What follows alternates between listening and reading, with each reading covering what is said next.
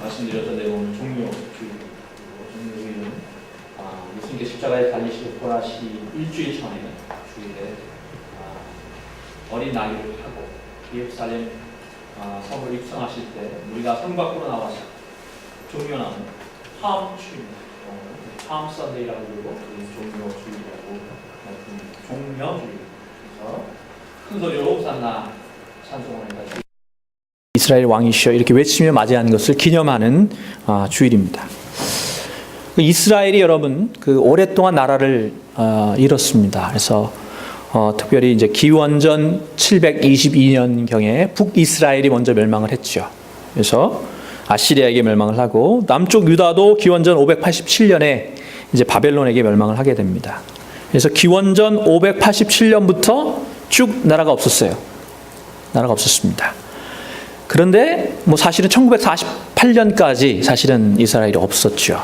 그러나 중간에 잠깐 독립 비슷한 걸 맛본 때가 있는데 그게 언제냐면 기원전 한 180년경에 이제 시리아의 안티오커스 4세라는 사람이 굉장히 로마에게 패했어요. 그래서 패해서 물러가면서 이스라엘의 예루살렘 성전에 있는 사람들, 유대인들을 굉장히 많이 죽이고 학살하고 그 보복으로 또 유대인들이 굉장히 불결하게 여기는 돼지를 성전에서 제우스 신에게 바치도록 하는 이제 그런 일을 하게 됩니다. 그러니까 당시에 제사장 마타티아스라는 사람하고 그의 다섯 아들이 있었답니다.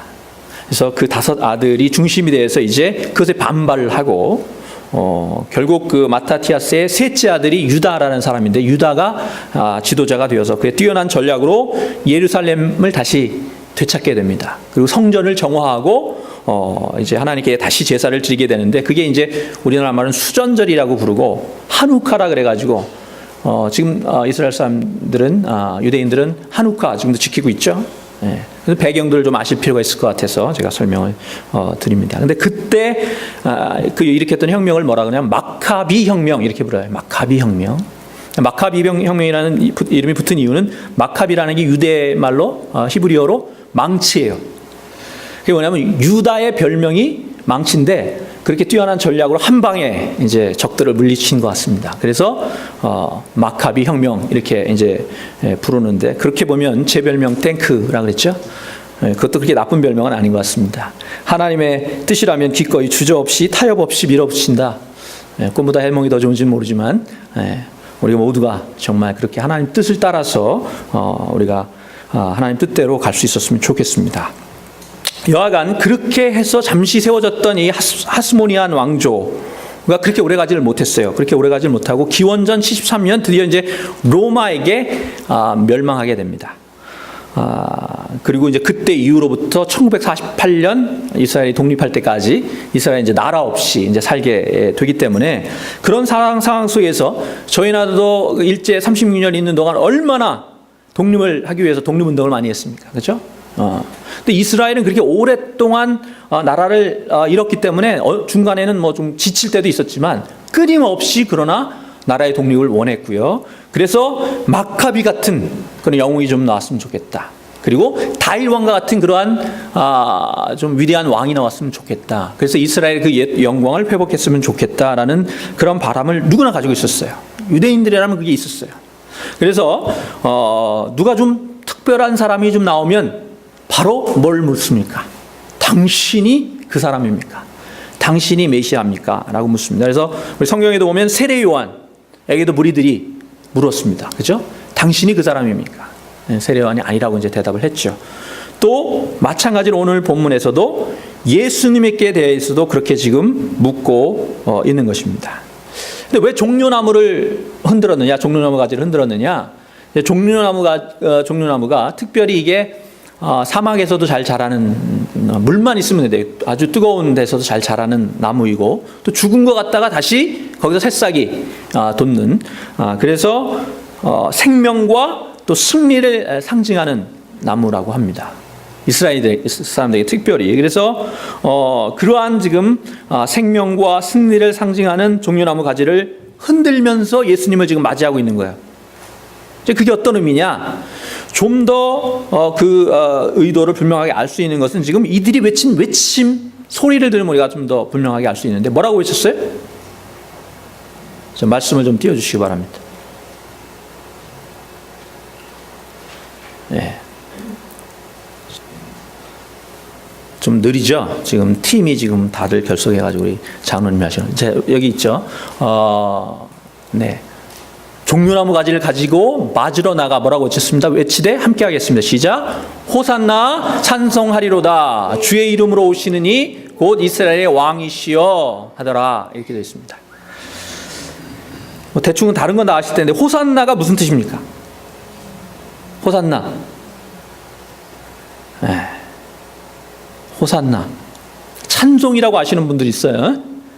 찬송이라는 것은 유다의 이름이 찬송이라는 뜻입니다. 유다가 찬송이라는 뜻이고 호산나 그러면 호시아나입니다. 히브리어는 호시아나예요. 그건 이제 호산나로 번역을 한 건데 이건 원어 그대로 번역했으니까 뭐 임마누엘 뭐 이런 것도 마찬가지죠. 원어를 그대로 음역을 했기 때문에 우리는 호산나 이렇게 부르지만 원래는 호시아나입니다. 그래서 나는 뭐냐면 now예요. 지금입니다. 지금. 호시아는 뭐예요? 호시아? 호시아는 우리가 지금 공부하고 있는 이제 지금 종교주의이기 때문에 우리가 다른 복음을 보지만 여호수아의 원래 이름이 호세아. 그리고 그 호세아의 뜻이 전부 한 번도 이제 안 들으신 것처럼 얘기해서 제가 설교시 다 얘기했는데 뭐라 해도 호세아? 구원 이런 뜻입니다. 제가 많이 회개해야 되겠습니다. 자주 이 반복을 해드려야지. 호세아는 구원 그런 뜻이에요. 그러니까 호시아나 그럼 뭐예요? 구원하소서 지금 이런 뜻입니다. 이해되시죠? 지금 당장 우리를 구해 주십시오. 그게 호시아나예요. 호산나 그래요. 호산나 그러고 뒤에 뭐 찬송하리로다 이렇게 나오니까 호산나가 찬송이라는 뜻인 줄 아는데 그게 아니고 호산나는 지금 구원해 주십시오라는 뜻입니다. 이거를 좀 더 쉽게 이해하시려면 이런 상황이 지금 어떤 상황이냐, 이걸 외치고 있는 상황이 어떤 상황이냐, 1919년 3월 1일 직전, 1919년 3월 1일 날 뭔 일이 있었어요? 그거는 아시네요. 그 직전에는 그럼 상황이 어땠겠어요? 뭐 70인들이 뭐 이렇게 모여서 하기도 하고, 아무튼 3.1 운동을 이제 결정을 하고, 얼마나 긴박하게도 움직였겠습니까? 사람들이 막, 그죠? 그 상황이라고 생각하시면 돼요, 지금 상황이. 그 상황을 머릿속에 그리시면 돼요. 이게 무슨 소리냐? 지금 때는 명절이라고 되어 있는데, 때는 2절에 보니까 그 이튿날에는 명절에 이렇게 되어 있는데, 명절이 이제 다른 복음서에 보니까 6월절이에요. 6월절이 어떤 절기입니까? 6월절은 그 이스라엘이 이제 애굽에서 나온 것을 기념하여 그 마지막에 그 모든 초태생이 다 죽게 하고 10가지 재앙 가운데, 그러니까 바로 왕이 어쩔 수 없이 내보내게 되죠. 그래서 그때 다 나오면서 그것을 기념하여서 이제 6월절을 그때마다 이제 지키게 되는데, 유대인에게서는 굉장히 가장 큰 명절 가운데 하나입니다. 하나님께서 구원하셨고 이스라엘의 독립기념일이에요. 광복절이에요. 지금 그런 것입니다. 특별한 의미가 있는 명절이라는 거죠. 그 상황에 지금 어떤 일이 벌어졌냐면, 마카비 이후에 정말 놀라운 선지자라는 사람이 나오셨다는데, 이분이 엄청난 기적과 이사를 베푸셨다. 그리고 그 바로 앞뒤에 보면 뭐가 나오면 죽은 나사로를 살리셨어요. 그래서 지금 따라와서 하는 무리 중에 일부는, 야, 이분이 죽은 사람도 살리셨고 내가 눈으로 봤어. 나사로, 멀지 않은 곳에 살지요. 나사로가 죽은 나사로를 살리셨어. 이제 이렇게 지금 증거하고 있는 장면이 나옵니다. 이제 그런 상황에서 뭐죠? 또 한편으로는 예수님께서 너무 많은 이적들을 행하셨는데, 예수님께서 말씀을 전하실 때 얼마나 많은 무리가 따랐느냐? 오병이어의 이적을 베푸실 때 얻어먹은 사람이 몇 명이요? 5,000명. 얻어먹은 사람이 5,000명인데 보니까 어른 남자만 그렇게 되어 있거든요. 그죠? 어른 남자만. 그러니까 다 치면 한 몇만 명까지 될 수 있는 그런 인원이 먹은 거예요. 그러니까 엄청난 지금 인기를 얻고 있는 거죠. 그러니까 이런 상황에서 6월절 명절이 됐는데, 이때 예수님께서 과연 올라오실 거냐 안 올라오실 거냐, 이것도 이제 관건이에요. 근데 소문이 이분이 올라오신다 하는 소문이 이제 퍼진 거죠. 그러면 올라오시면 특별히 이때에 이분이 뭔가를 하실 것이다. 우리를 구원하실 거다. 이러한 기대를 가지고 맞으러 나간 거예요. 자, 그런 상황이니까 예루살렘이 어떻게 됐겠습니까? 발칵 뒤집혔겠죠. 네? 그래서 보면 어디서 그런 것들을 알 수 있느냐. 그래서 당신이 메시아라면 지금 바로 우리를 구해 주십시오. 이렇게 이제 무리들은 외치고 있는 거고, 산나 그러면서 지금 구해 주십시오. 뜸들이지 말고 당신이 메시아라면 지금 당장 우리를 구해 주십시오라고 이제 외치고 있는데, 심지어는 예수님의 제자들도 이 예루살렘을 올라오는 길에 싸웁니다. 뭘 위해서 싸워요? 예, 누가 오른편에 앉을 거냐, 누가 왼편에 앉을 거냐 이거 갖고 싸웁니다. 예수님 누가 오른편에, 누가 왼편에. 무슨 의미예요? 이제 올라오시면 다 갈아엎고 새로운 왕정을 세울 것이다. 새로운 나라를 세우실 텐데, 그러면 그때 누가 더 높은 자리에 앉을 거냐. 이거 갖고 지금 제자들이 싸우고 있는 거예요. 그러니까 제자들도 지금 예수님을 완전히 오해하고 있는 것입니다. 우리는 뭐 성경을 아니까, 뒤의 모습을 다 아니까 내용은 알지만, 당시 제자들의 상황도 그런 거예요. 누구도 예수님 뜻을, 하나님의 뜻을 제대로 알지 못하고 그저 자신들이 원하는 모습대로 하나님의 나라, 또 이스라엘을 회복하실 그런 것을 기대하면서 그때 누가 더 높은 자리를 차지할 거냐, 이런 것을 가지고 지금 싸우고 있는 그런 상황입니다. 이거는 지금 예수님을 따르는 사람 쪽 얘기고, 반대편에서는 어떻겠습니까? 그러니까 로마 총독이나 로마 군인들이나 아니면 당시의 종교 지도자들, 대제사장과 뭐 종교 지도자들은 다 어용이었어요. 그러니까 돈을 주고 로마 정부로부터 그러한 직을 산 사람들이에요. 그러니까 이런 사람들에게 지금 어떻게 되겠습니까? 난리가 난 겁니다. 지금 이제 비상계엄령이 선포된 거예요. 그 성경을 자세히 한번 읽어보시고, 완전히 지금 굉장히 그 영화 같은 데도 보면 굉장히 위기촉발의 상황이에요. 말해서 왔다 갔다 하고, 왜냐하면 지금 굉장히 위험한, 언제 폭동이 일어날지 모르는 이런 상황이 된 것입니다. 예수님께서 그런 상황을 아셨겠습니까? 모르셨겠습니까? 강정호 목사도 짐작할 수 있는데 예수님 당연히 아셨어요. 다 아셨어요. 그래서 정말 목숨이 걸린 이런 위험한 상황이라는 것을 아시고, 마리아가 그 발에 향유를 부을 때 한 제자가, 야, 이렇게 비싼 것을 팔아서 가난한 자들에게 주면 훨씬 더 값진 일이 아니겠냐라고 마리아를 꾸짖으실 때 주님께서 뭐라 그러셨어요? 평상시 같으면 주님이 먼저 나서서 그러셨을 수도 있는데, 그때 주님 뭐라 그러셨냐면, 가만두어라. 그가 할 일을 했다. 나의 장례를 그가 예비하고 있는 것이다. 이렇게 말씀하신 것입니다. 자, 이거 굉장히 극적인 상황입니다. 이제 막 위기축발에 이런 언제 폭동이 일어날지 모르고, 그래서 군대들이 지금 비상계엄령으로 쫙 아주 5분 대기하고 있고 이런 상황이에요.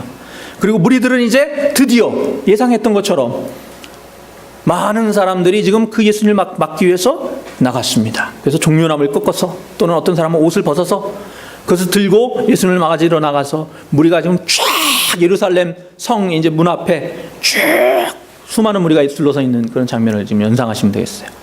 근데 저기서 멀리서 예수님이 딱 오시는데 극적인 반전이 여기 있어요. 그러한 큰 기대를 가지고 탁 기다리는데, 무리가 기다리는데 예수님이 탁 오시는데, 예수님 뭘 타셨어요? 성경에 보니까 낙이 뭐라고 붙어있어요? 뒤에? 낙이, 동물은 새끼라 그러는 게 뭐 별로 욕이 아니죠, 그죠? 낙이님 그럴 수도 없는 거고, 낙이 어린님 뭐 이럴 수도 없는, 낙이 새끼를 타고 들어오셨습니다. 근사한 백마를 타신 것도 아니고, 잘 꾸며진 마타를 타고 오신 것도 아니고, 차라리 그럴 것 같으면, 왜냐하면 이게 그 새끼 나귀를 만약에 성인이 타면요, 발을 들지 않으면 이제 걸어야 되는 거예요. 상황이 이해가 되시죠? 그러니까 제가 세발 자전거 어린애 거 이거 지금 타고 지금 오는 거예요. 사람들이 다, 제가 어디를 제가 예를 들면 어디를 한국에 갔습니다. 가서 한 몇 주 있다가 이제 온다고, 뭐 그런다고 여러분 그렇게 저를 맞아주시지도 않겠지만, 만약에 그런다고 생각해서 공항으로 다 마중 나오셨어요. 특별히. 근데 제가 딱 나오는데 뭘 타고 나와요? 세발 자전거 애 거 그거를 이제 타고 와요. 지금 그런 상황이에요. 근데 예수님께서 일부러 그렇게 하셨어요. 일부러. 걸으실 수 없는 상황도 아니죠. 자, 그러면 왜 그랬겠냐? 라는 겁니다. 그래서 우선 좀 한 가지 생각해 볼 수 있고 추측해 볼 수 있는 것 중에 하나는 이 수많은 무리가 그런 상황이니까 지금 언제 이게 그 군중들이 반란에 일어날지 모르는 상황이에요. 불만 지르면 이제 사실 예수님이 필요했던 게 아니라 누군가 불질러 줄 사람이 필요했던 거거든요. 주님은 그걸 아셨어요. 그래서 그 무리들의 함성과 환호에 휩쓸려서는 안 된다는 사실을 아셨습니다. 그리고 그들이 원하는 것은 진정 하나님의 나라, 사랑과 정의와 평화가 성취되는 하나님의 나라가 아니라 눈앞에 당장의 자신들의 이익, 먹을 것과 마실 것과 편안한 생활. 그래서 누가 왕이 되든 상관이 없는 거죠. 그래서 결국 이들은 예수님이 자신이 바라는 대로의 메시아가 아니라는 사실을 깨닫고 어떻게 합니까? 똑같은 무리가 얼마 지나지 않아서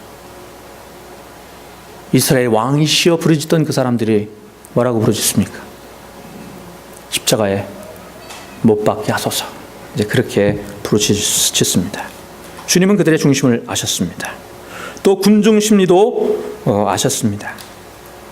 그래서 그 충동에 휩쓸리지 않기 위해서 이런 걸 기지라고 하죠. 풍자라고 할 수 있습니다. 해악이라고 할 수 있습니다. 예수님은 그런 게 많으셨던 분이세요. 여러분 이거는 제가 하나 여담 비슷하게 좀 얘기하고 가야 될 텐데, 부자가 천국에 들어가기가 뭐가요? 네, 낙타가 바늘 귀로 들어가기보다 어렵다. 이런 말씀 예수님께 하셨어요. 그걸 사실 그대로 생각하시면 안 된다고요. 그죠? 이건 뭐예요? 이런 거는 풍자예요. 그게 무슨 의미냐면 그만큼 어려울 수 있다. 더 너희들이 부자라면 하나님 앞에 더 철저히 설 수 있는 그런 마음을 가져라는 것을 풍자로 이렇게 표현하신 것입니다. 해악으로 표현하신 거예요. 이해가 되시죠? 지금 군중들이 불만 지르기만을, 이제 누군가 불만 질러주기만을 기다리는 그러한 이제 고조된 그런 상황 속에서 주님께서 지금 뭘 하셨어요? 얼마나 우스꽝스러웠을까요? 그 모습이. 세발 자전거를 타고 나타나신 거죠. 우리는 우리를 구해줄 메시아다라고 생각했는데 지금 이분이 들어오시는 모습이 지금 세발 자전거를 타고 들어오시는 거예요. 자, 그러면 왜 주님께서 과연 이 어린 나귀 새끼를 타고 오셨을지 좀 더 정확한 답을 찾기 위해서 먼저 중동에서 이 나귀가 어떤 동물인지 살펴볼 필요가 있겠죠. 나귀는 저도 뭐 나귀를 직접 보지는 못했습니다. 나귀 직접 한국에도 한국에 나귀가 별로 없죠. 있습니까? 시골에는? 네, 많이 있습니까? 우리 이순희 권사님 시골에는 나귀 많이 있습니까? 요즘엔 뭐 나귀는 잘 못 본 것 같아요. 여하튼 나귀가 좀 말보다는 굉장히 작죠. 네, 말보다는 굉장히 작습니다. 말은 굉장히 큰데 나귀는 좀 작은데 이스라엘에 가면 이게 무지 많대요. 그래서 이스라엘에는 길가로 나가면 지금도 개보다 얘가 많답니다. 나귀가 많답니다. 그래서 나귀가 굉장히 이스라엘에 이제 많은데 나귀가 보통 자기 몸무게의 10배 이상의 짐을 나를 수 있답니다. 그리고 이 나귀가 물이 없어도 그래도 잘 버티는 것 같아요. 낙타하고 좀 비슷한 점이 있는 것 같습니다. 그리고 또 한 가지는 주인에게 우둔할 정도로 충성을 다하는, 그래서 이스라엘에서 굉장히 중요한 이제 동물 중에 하나인데, 아이러니한 게 있어요. 아이러니한 게 뭐냐면 이스라엘 사람들이 욕할 때 이 나귀 새끼 같은 놈아, 그러면 그게 가장 심한 욕 중에 하나랍니다. 저희들이 쉽게 말하면 저희들도 흔한 개님을 빌어서 개의 베이비, 제가 차마 그 얘기 못하고, 여러분 이해가 되시죠? 개의 베이비 그러면 우린 큰 욕이잖아요. 그죠? 근데 지금 이스라엘에서는 이 나귀 새끼 같은 놈아, 이게 굉장히 큰 욕이래요. 자, 아마도 그 이유는 한 가지밖에 모른답니다. 주인을 한번 누군가를 태우면 거의 그 주인만 모신대요. 그리고 그래서 아주 한 가지밖에 모르기 때문에 이용당하기 쉽고, 또 묵묵히 끝까지 한 주인만 따르는 그런 모습을 보고 좀 어리석게 보고 또 천하게 보고 하는 욕이, 그렇게 좀 둔한 사람, 이런 사람들 보고 이 나귀 새끼 같은 놈아, 멍청한 놈아, 이제 그런 뜻으로 아마 부르는 것 같습니다. 근데 주님은 이런 극적인 상황에 일부러 자기 나귀가 있는 것도 아니고 남의 나귀를 그것을 풀어다가 갖고 와라, 데려와라. 누가 묻거든 주가 쓰시겠다 하라. 그리고 가져와서 지금 타고 들어오시는 거예요. 우선은 구약에 예언된 하나님의 말씀, 하나님의 뜻을 성취하기 위해서 그렇게 하신 것으로 오늘 본문에 등장합니다. 15절 함께 읽겠습니다. 시작. 이는 기록된 바 시온에 따라 두려워하지 말라. 보라, 너의 왕이 나귀 새끼를 타고 오신다 함과 같더라. 이제 여기는 지금 안 나와 있지만 제 성경에는 여기 그 기록된 바 그리고 뒤에 기억이 쓰여 있습니다. 기억이 있고 쭉 따라가 보면 기억을 따라가 보면 뭐라면 스가랴라는 뜻입니다. 슥 9장 9절 이렇게 되어 있어요. 그러니까 구약 스가랴 9장 9절에 있는 말씀을 지금 예수님께서 사도 요한이 지금 인용하고 있는 것입니다. 지난주에 저희가 예언자 선지자를 원어로 히브리어로 뭐라 그런다 그랬죠? 지난주에 공부하신 분? 공부를 하신 분이나 안 하신 분이나 똑같기 때문에 자 감사합니다. 제가 또 가르쳐 드립니다. 예언자 나비라고 하는데 나비 히브리어로 나비. 날아다니는 나비 생각하시면 돼요. 근데 그 나비가 더 정확한 번역은 사실은 대언자 그런 뜻이라고 말씀드렸어요. 또는 대사 이렇게 생각하시면 된다 그랬어요. 그래서 하나님의 나비, 하나님의 선지자라는 뜻은 하나님의 뜻을 전하고 그 뜻이 이루어지도록 최선을 다하는 사람, 목숨조차도 바치는 사람, 그런 사람이 선지자고 그런 사람이 예언자예요. 예수님은 지금 그 나비, 하나님의 나비, 하나님의 선지자로서의 사명을 다하고 계신 거죠. 하나님의 뜻을 이루고 계신 것입니다. 자, 그러면 이제 중요한 것은 과연 지금 구약에 예언된 말씀 그대로를 예수님께서 이행하고 계신데 그 말씀 안에 담긴 하나님의 뜻은 과연 무엇이냐? 예수님께서 이루고 계신 하나님의 뜻은 무엇이냐라는 것입니다. 그것은 다름이 아니라 하나님을 대신해서 인류를 구원할 왕으로 오신 이는 세상의 욕망에 찌든 지도자, 그래서 위에서 군림하고 지배하는 그런 여느 다른 왕 같은 그런 왕이 아니고 겸손히 말없이 섬기는, 또 그런 섬김을 통해서 세상을 하나 되게 하고 세상의 그릇된 질서를 바로잡는 종이어야 한다 라는 것이 그 말씀 속에 담긴 하나님의 뜻이라고 볼 수 있습니다. 그래서 주님은 아직 한 번도 누군가가 타본 적이 없는, 연약하기 짝이 없는, 어쩌면 너무나도 바보 같은, 그렇게 바보처럼 주인에게 철저히 복종하는 하나님 나라의 왕의 모습을 지금 나귀를 통해서, 나귀를 타고 오시면서 상징적으로 보여주고 계신 것입니다. 또 하나는 주님은 자신이 궁극적으로 이제 걸어가야 할 길, 무리들은 이렇게 왕이 지금 대달라고 외치고 있지만 자신이 궁극적으로 걸어가야 할 길, 그리고 그분을 따르는 우리 모두가 걸어가야 할 길을 보여주시기 위해서 어린 나귀를 타고 입성하신 것입니다.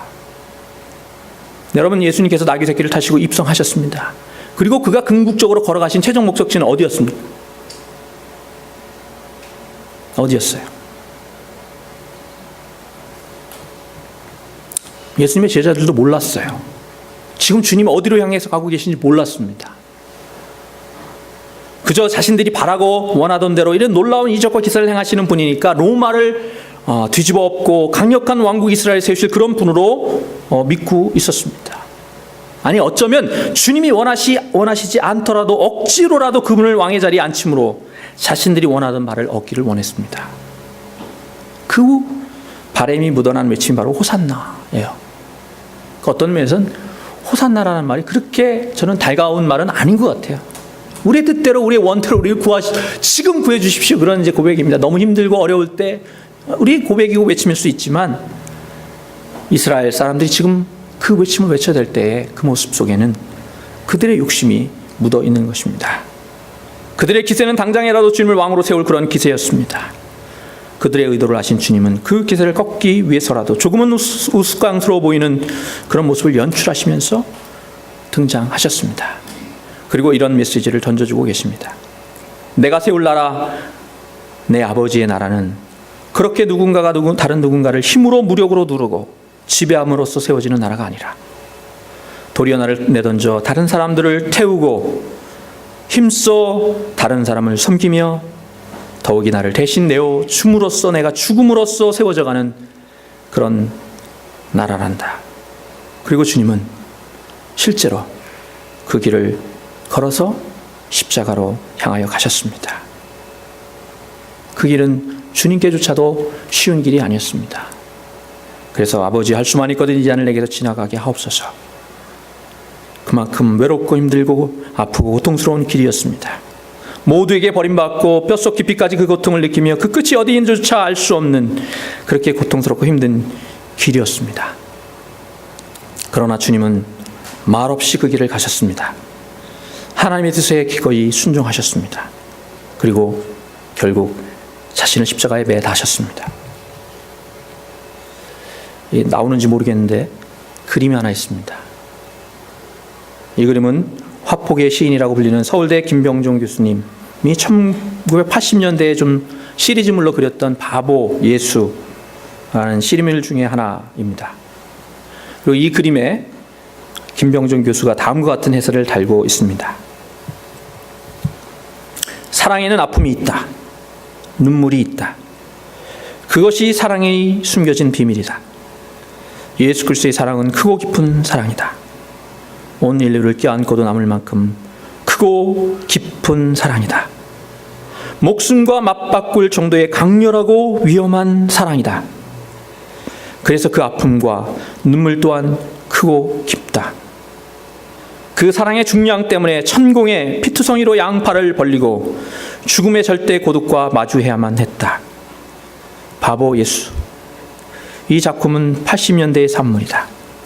사랑과 아픔의 노래이다.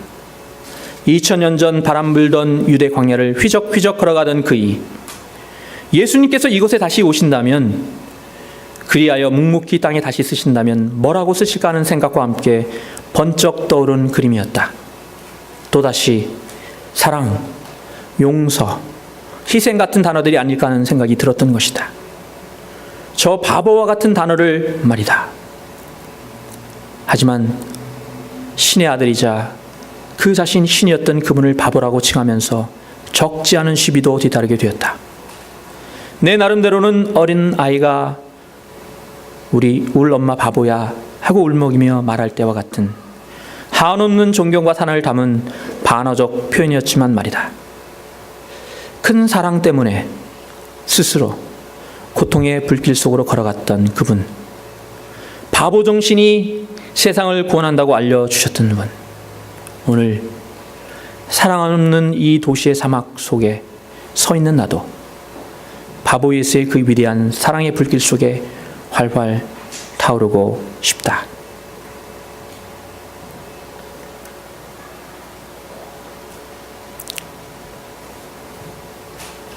여러분, 그 영화 코바디스 다 기억하실 것입니다. 네로 황제가 로마에 불을 지른 다음에 기독교인들에게 누명을 세워서 대대적인 박해를 가했습니다. 그때 당시 로마에 있던 베드로 사도에게도 체포 명령이 떨어집니다. 다른 기독교 형제인들이 빨리 피신하라는 그런 전가를 그에게 전했을 때 한 소년과 함께 급히 도망치던 베드로가 그렇게 가던 길에 너무 고뇌해서 잠시 쉬던 중에 잠이 잠깐 들었습니다. 그때 꿈에 십자가를 지고 자신이 걸어 나온 길을 되짚어 가고 계신 주님을 만나게 됩니다. 그때 베드로가 묻습니다. 코바디스 도미네, 주여 어디로 가시나이까? 주님이 답하십니다. 내가 도망쳐 나온 그곳, 나는 다시 십자가에 달리기 위해 그것을 향해 가고 있단다. 그 길로 베드로는 발걸음을 돌려서 로마로 돌아갑니다. 그리고 붙잡혀서 십자가에 달려 죽게 되는데, 감히 주님이 달리신 것처럼 달릴 수 없다고 해서 십자가에 거꾸로 매달려 순교합니다. 사랑하는 성도 여러분, 여러분은 지금 어디를 향해 가고 계십니까? 주님은 지금 십자가를 지고 세상을 향해 걸어가고 계신데, 우리는 이곳에 머물며 호산나, 주님 지금 구하옵소서, 그것만 외치고 있는 것은 아닙니까? 내일부터 고난 주가보다 낫고 듣는 것이 수양의 기름보다 나으니라. 우리가 거룩한 예배, 목요일도 있고 금요일도 있고 주일 아침에도 있고 또 주일 낮에도 예배가 있습니다. 거룩한 예배를 드리는 것도 귀하지만 더 중요한 것은 하나님의 말씀을 따라서 낮아져서 이 세상 그 누구라도 품을 수 있는 그런 성도가 되는 것이고, 그런 집사가 되는 것이고, 그런 장로, 그런 목사가 되는 것입니다. 자존심 세우고 내가 왕년에 그거 얘기하는 게 중요한 게 아니고, 또 내가 드러나는 거, 내가 높아지는 것이 중요한 것이 아니고, 내가 과연 어떤 사람을 품을 수 있고 어떤 사람까지 내 속에 품어서 그들을 하나님의 사랑으로 녹여낼 수 있는지, 이제 고난 주간을 맞이하면서 우리가 주님의 고난을 기억해야 합니다. 그리고 그 고난은 우리를 살리기 위한 주님의 몸부림이었고, 더 나아가서 그렇게 내 이웃과 내 형제와 내 자매들을 살리기 위해 너 또한 십자가를 치고 나를 따라야 한다는 그런 주님의 엄중한 명령이라는 사실을 다시 한번 되새길 수 있기를 바랍니다. 한없이 높아지기만을 바라고 대접받기만을, 알아주기만을 바라는 그런 세태 속에서 기꺼이 낮아지고 기꺼이 우리를 비워서 그 속에 예수 그리스도를 담기 위해 몸부림치고 주님을 따라서 기꺼이 십자가 길을 걷는 바보 예수님의 바보 제자들이 될 수 있기를 주님의 이름으로 축원합니다. 기도드리겠습니다.